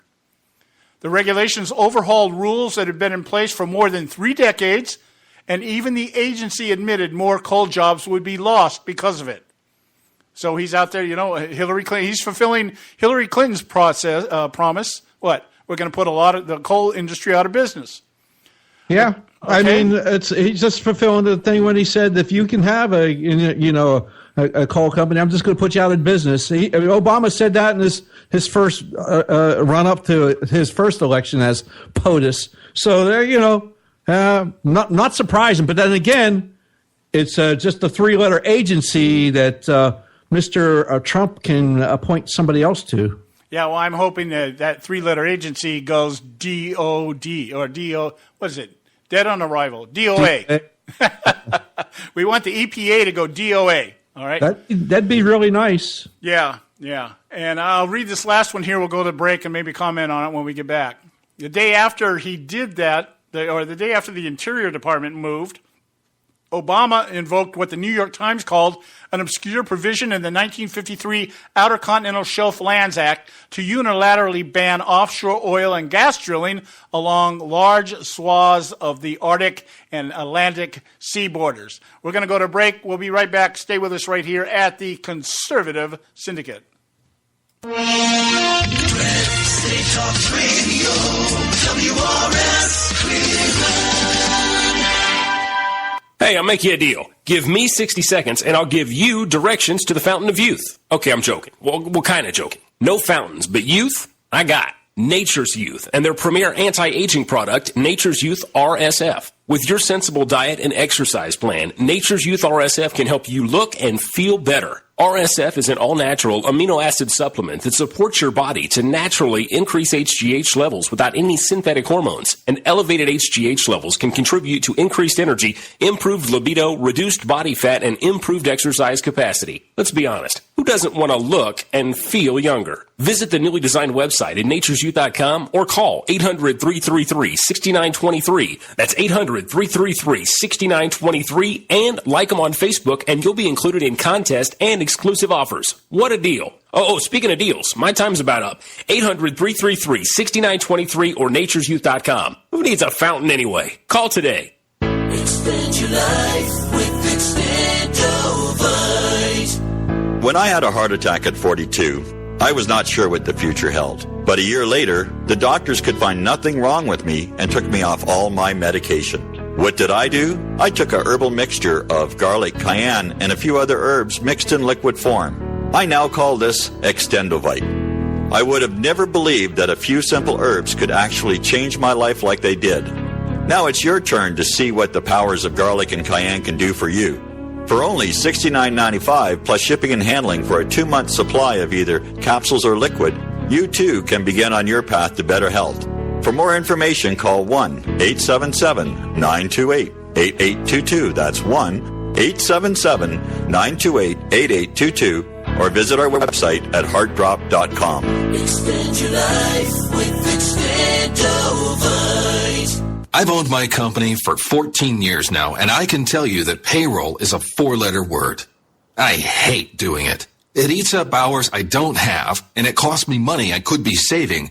But my accountant's too expensive, and I'm not sure who to call. But I know I need help. We're Paychex, and we take all the hassles out of small business payroll. We save you time and money. It's easy. Call, fax, or give us your payroll information securely online, and we take care of the rest. We calculate the correct taxes, manage payments and direct deposits. We even send out your checks. Payroll doesn't need to be a 4-letter word anymore. We're so sure that we can save you time and money that we'll give you a month's payroll free. Just for calling 877-663-3830. Get 1 month's payroll for free. Call Paychex right now. 877-663-3830. That's 877-663-3830. Hey, I don't back anybody unless I believe in them. And I do believe in the value of investing in gold and silver. And the company I trust to buy my gold and silver from is Swiss America. I've been working with them for nearly a decade. I trust them, and you can too. Swiss America will help you sort through and find the best options available when you're considering investing in gold and silver coins. Listen, for over 30 years, Swiss America has been offering Americans what they want in their investments: safety, liquidity, quality, reliability, and a potential profit. Gold and silver have a place in every investor's portfolio. So, why not let Swiss America help you diversify your investment portfolio now? Call now for free information.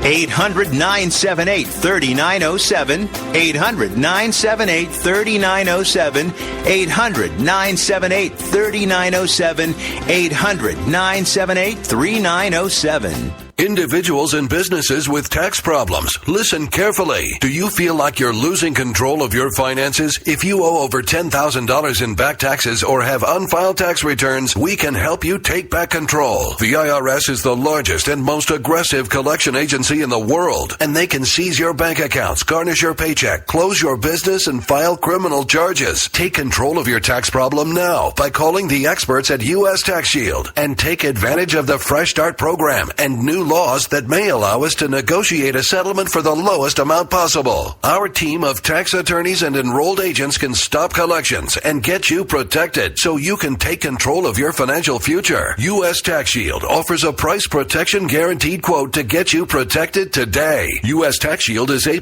rated with the Better Business Bureau, so call now. 800-380-2906. That's 800-380-2906. U.S. Tax Shield. 800-380-2906.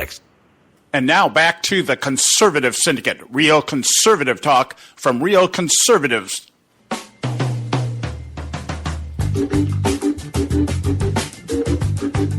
Yes, we're back, and this is the Conservative Syndicate, real conservative talk from real conservatives. I'm your host, John Matthews, along with Joe Hakos. You know, Joe brought up a point here. We were shooting notes back and forth to each other during the break here. That, you know, remember when Barack Obama was elected?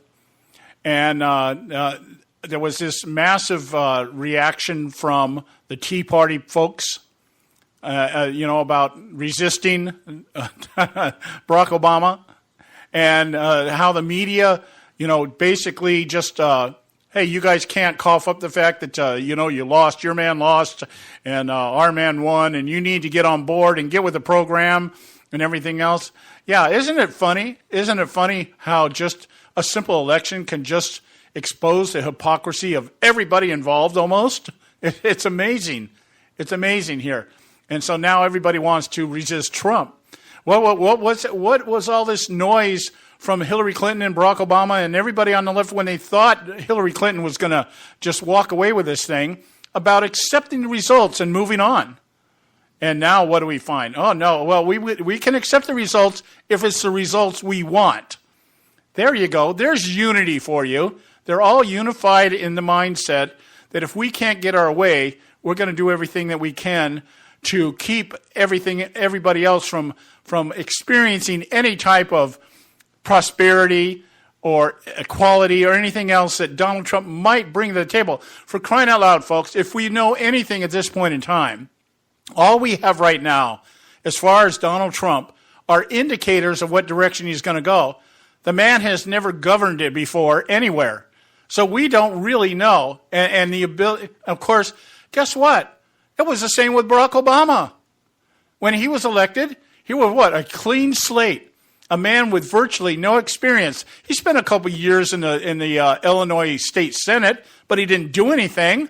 He spent a couple years as a U.S. senator, but he didn't do anything. So, but it was good then that we were bringing in somebody from the quote-unquote outside, that we had a fresh face with a clean here, slate. John, remember, the Tea Party did not get started till the spring of 2010. I can remember it very well because it was like tax day. The day you have to file your taxes and what prompted it all was people were fed up with having to pay for all the stuff that Barack and his friends in the Democrat Party decided to put on the American people. And it was like, who's going to pay for it all? Well, we know who's going to pay for it all. It was taxpayers. So that's what initiated. But that was at least a year and a half after Barack Obama was elected. These folks are right out the gate doing this. I mean, this resist Trump thing, this is not a drill. We are facing a Republican-controlled federal government, a president-elect that has used fear and hatred to fuel his campaign, and an already dangerous cabinet with self-proclaimed white nationalist Steve Bannon as chief strategist and career racist Jeff Sessions as Attorney General. We must act now. We need to demand our representatives do everything everything in their power to protect our communities, including opposing Jeff Sessions as Attorney General. I mean, really? Nobody stopped Barack Obama from having any of his cabinet appointees at all. He got everything he wanted. You bring up a good point, Joe. This just kind of hit me as you were talking here. Mm-hmm. Think about. I want you guys to think about this. Okay, from November 9th to today is about 2 months.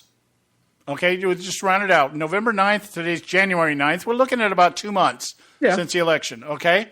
Yep.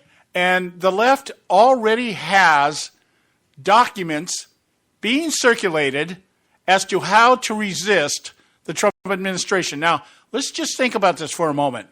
The Republicans, if it was the other way around, the Republicans had 8 years to come together and form some kind of articulation, talking points, or whatever else, something that they could have disseminated amongst the Republican base to participate in resisting and coming against what Barack Obama wanted to do, fundamentally transforming the United States of America.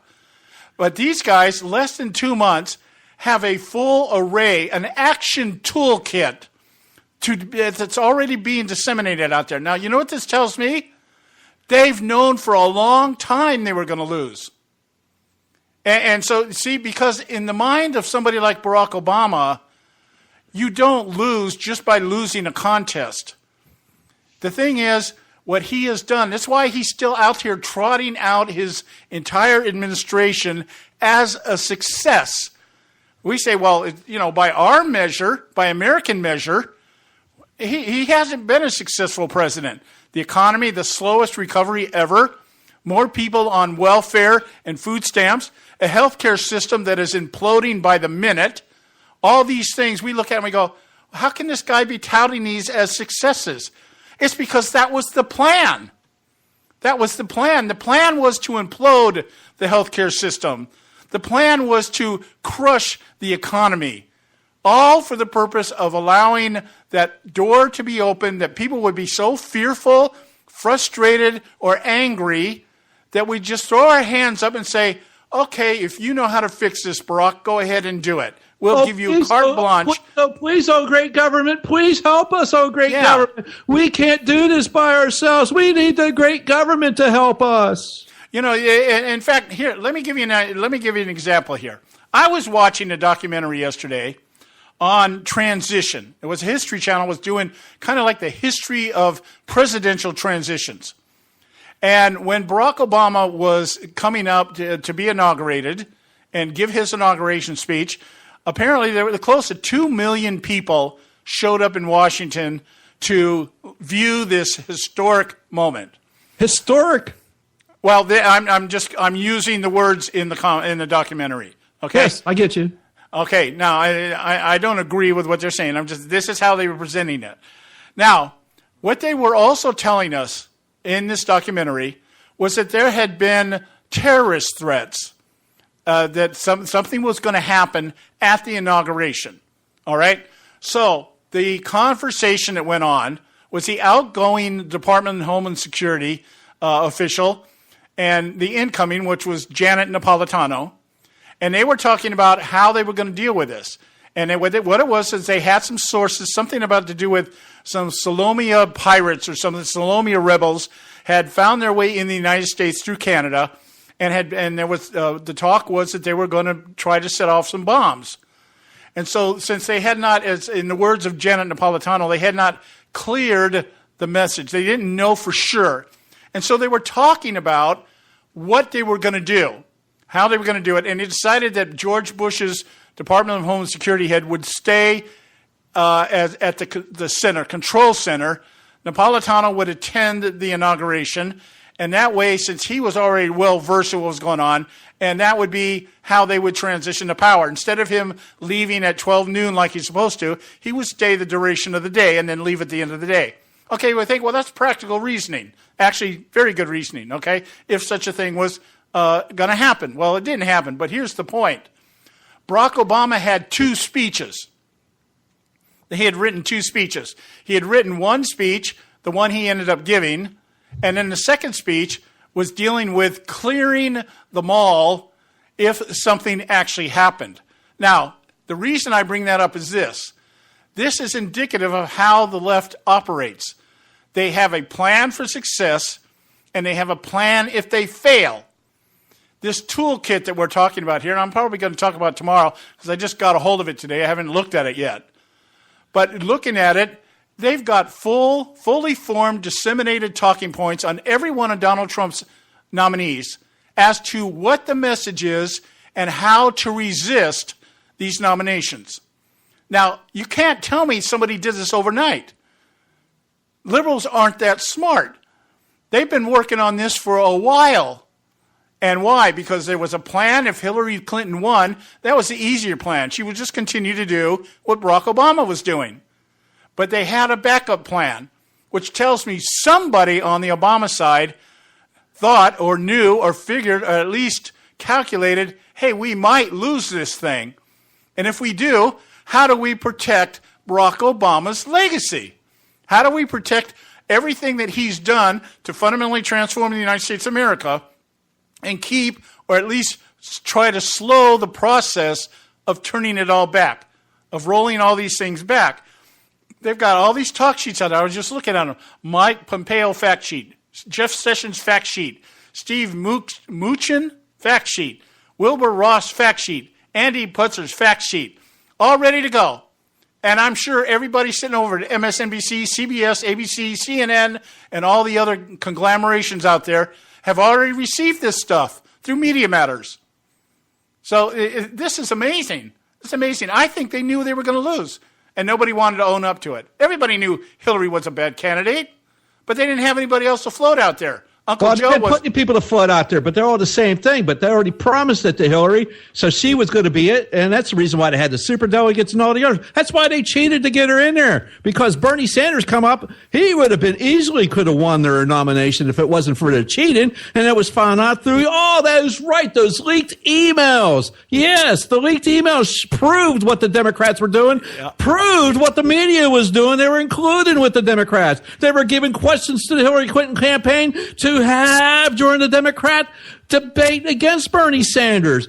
So, yeah, they were going to, it was hell or high water, they were going to get Hillary Clinton as the nominee. Now, it's just too darn bad that Hillary Clinton was so damn corrupt that the American people saw it, and they would rather have an outsider like Donald Trump rather than Hillary Clinton. I'll tell you this. I think Bernie Sanders was at least as much, if not more, responsible for Hillary Clinton losing than the email stuff. I really do. I think Bernie Sanders was to the Hillary Clinton campaign what Donald Trump was to the Jeb Bush campaign. No, I would say Bernie Sanders was to Hillary Clinton what Ross Perot was to the George Bush campaign. Well, yeah, I mean, that's a good comparison also. But the fact is, everybody, let's look at this practically. Everybody thought it was going to be Hillary Clinton versus Jeb Bush. Oh, yes. All the establishment folks wanted that. That was the establishment dream. That was the wet dream. That's what these guys fantasized about. And the fact is, Donald Trump blew Jeb Bush off the face of the earth. I mean, we haven't heard anything from this guy. We've heard more from his brother than we've heard from him. And so Trump really threw a wrench in the works of the establishment. I think much more than Ross Perot did. Ross Perot definitely hijacked George Bush Sr.'s campaign. Yeah. But Donald Trump hijacked the establishment. Oh, big time. And that's why they're so upset. Yeah. And so this action kit that we're going to talk about tomorrow, I think this is something that's been in the works for a while. Well, it's something that they always have in the works, because all they did was just change the narrative to, instead of promote, it's just promote this, not promote that. Yeah, well, they're not out there trying to put together an action toolkit as to how to sell their policies. Exactly.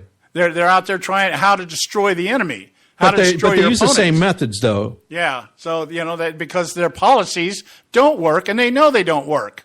So it's if we can make the other guy look bad enough, we get in there by default. Then we have the power. We do what we want to do, and you can scream and cry all you want to. Okay, and it's not going to make any difference at that point. So, which is what they did in 2008. Is they said, Republicans are evil. Blah blah blah. We got to have Obama. We have to do it. We got to make those guys so damn pathetic and evil that nobody wants to elect them. Yeah, actually, it wasn't very hard to do when you had John McCain at the front of the line. That's very true. I understand that, and that's the reason why, again, Donald Trump exists. Yeah, exactly. Very much so. John McCain and Mitt Romney have as much to do with Donald Trump being in the limelight and doing what he's done than anybody else on the Republican side. Absolutely. Yeah. All right, we got to go to our break here. We'll be back in just a moment. Stay with us right here at the Conservative Syndicate. There is an old saying, children should be seen but not heard. At no time is this more apparent than when politicians speak. The ConservativeSyndicate.net, the adult in the room. Hey folks, if you're like me, you don't place a whole lot of trust in today's media for the real truth and facts regarding the volatile world of finance and politics. When I want the real scoop on money, I go to the most trusted source I know, my good friend and colleague, Bob Cardoso. Bob is a noted expert with a PhD in international finance who airs his nationally known, globally syndicated show, Robert Cardoso Live Daily, Monday through Friday, 3 to 5 p.m. Pacific Time. With Bob, you get the right information at the right time from someone who knows his business and can help you make the right decisions concerning yours. Again, Bob airs daily, Monday through Friday, 3 to 5 p.m. Pacific Time. Visit his website at robertcardosolive.com for information regarding stations and topics. That's robertcardosolive.com. Check Bob out. You'll be glad you did.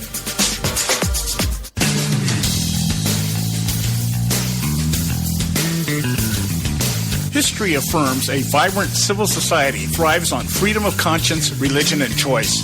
Any society absent these qualities stifles individual responsibility and accountability, thus enslaving its people by denying them their potential for goodness, creativity, and altruism.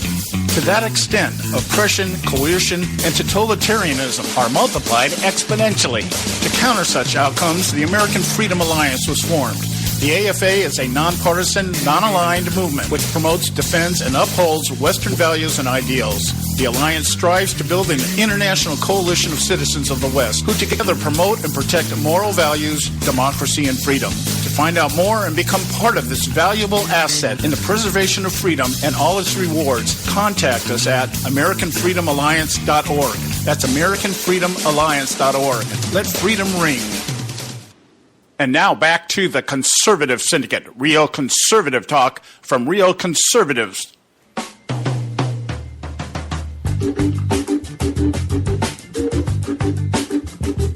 All right. Hey, quick reminder, you want to visit our website, theconservativesyndicate.net. Theconservativesyndicate.net. You can pick up this archive, any of our archives, find out what you want to know about the show, about the people involved, why we do what we do.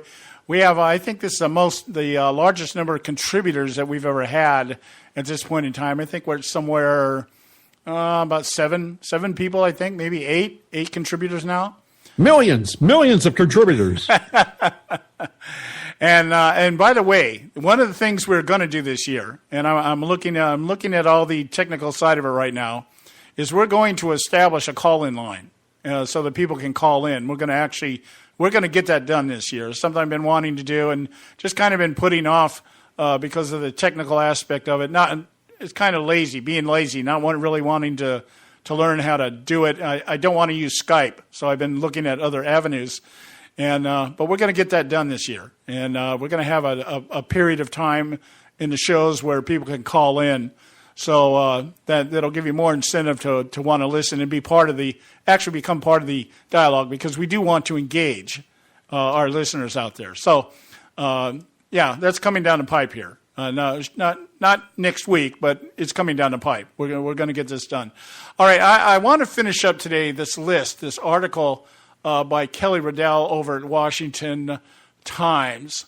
And we were talking about all the things that the landmines, as she refers to it. I'm assuming it's a woman, Kelly Riddell. And I don't know too many men that are named Kelly anymore, so I'm going to assume it's a woman. If I'm wrong, excuse me. It's that may be a sexist thing here, just assuming something. But I don't know. Anyway, Washington Times, who knows? Maybe transgender. I don't know. So anyway.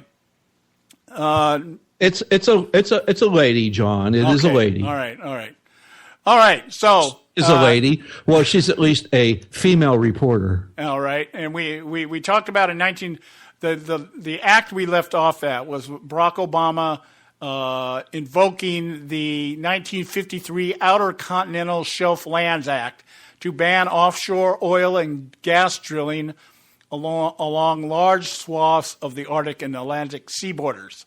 Yes, because he has to throw his environmental idiots a bone. Yeah, right.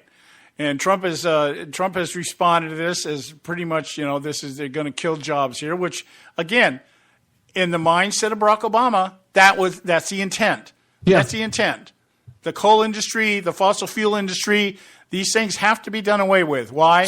It's the wrong industry. It's not the future, John. Yeah, that's right. That's right. He knows what the future holds. Yeah, creative destruction. I'm not going to go into a big definition about that again, but that's what it is. It's not about the environment. That's the cell line, but it's not. That's not what it's about. It's because people like Barack Obama and Hillary Clinton and Al Gore can make millions and billions of dollars off of clean energy, the green movement. Yep, they're friends too. Yeah, and they're friends too. Their establishment elites can make money, just like on the right, the oil and fossil fuel industries, where so many Republican establishments make money off of that. Well, the left they want to create their own energy industry so that they can make all the millions and billions. Okay, and we are caught in the middle. We're just the consumers. All right, so we're going to consume whoever wins the battle. All right, whatever. The public that isn't served. That's what happens. Now here we go. This is where it gets kind of interesting, and really is going to get really nasty down the line here. Yes, it is. Obama issued a final rule that bars states from withholding federal money from abortion provider affiliates, meaning Planned Parenthood. This rule hinders the GOP's ability to defund Planned Parenthood, requiring a time-consuming process to undo. And he does it, and it comes into effect 2 days prior to Trump taking office. Right. And so what he's done is he's with a stroke of his pen and his phone, he's issued a rule. They're not even calling it an executive order. This is a rule. Where in the world, in the Constitution, does it say the president can write rules? I don't think it does, John, to tell you the truth. I'll have to look that up one day. Yeah, we'll have to look that up here. That the president can just write rules that bars states from withholding federal money. Bars states from withholding federal money from the abortion provider affiliates. Means the government will force the state to take the money. The states are saying, we don't want the money. And the government's saying, you have to take the money. And not only do you have to take it, you have to give it to them. Boy, there's a stretch. Yeah, and then I do recall at one time an actual law that said, thou shalt not use federal money to provide abortions. Yeah, and isn't that the argument we get all the time, especially with Planned Parenthood? I get that all the time. I was listening to somebody posted this out there the other day on social media the same way. Oh, well, this is all a big lie. Planned Parenthood doesn't do that many abortions, only 3%. Yeah, 3% equates into $3 million a year. Yeah. Okay, let's put the right context to this. 3%. Yeah. And so I guess the rest of that money goes to printing brochures for mammograms because they don't do any of that. Yeah, and forms to take to the people they refer you to get a mammogram. Yeah. Okay, now let me give you the last one here because we're running out of time here. It's a good one. Okay, Obama canceled a Muslim registry from the Department of Homeland Security aimed at foiling Mr. Trump's plan to impose stream vetting on Muslim visitors. Remember, it was passed that 25 years old or older had to register, but they don't have to do that anymore. And why is that? Because nobody really wants the public to know just how screwed up the vetting process is. Okay? That's what it's all about. It's a cover-up. This is a cover-up. And so Donald Trump wouldn't be able to come. He's going to come in office and not know how screwed up it was. I guarantee you, somebody's shredding records as we speak right now. Yep, shredders are going crazy. And once again, as I said throughout the year, your government is not keeping you safe. That's right. So having said all that, we're done for today. We'll be back tomorrow. Don Dix from Act for America will be with us. And those of you who listen to Audrey Russo, you want to wish her best. She's fighting pneumonia. She'll be off this week fighting pneumonia. We wish her Godspeed recovery.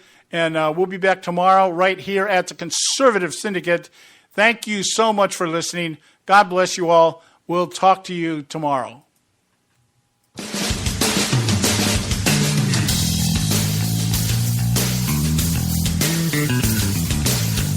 Thanks for tuning in to this edition of the Conservative Syndicate, the nationally acclaimed, globally syndicated, politically incorrect talk show that seeks to tear down the imaginary wall of separation between church and state. We want to make you aware you can find and access all our show archives at our website, theconservativesyndicate.net, as well as our broadcast stations and times. That's theconservativesyndicate.net. We so appreciate you taking the time to tune in, and we so look forward to continuing to bring you the best in uncompromised talk radio available on the net today. And remember, folks, it doesn't matter how many times you get knocked down in life. It only matters how many times you get up. I'm John Matthews, along with Joe Hako, signing off until next time right here at the Conservative Syndicate. God bless you, and may God continue to bless America.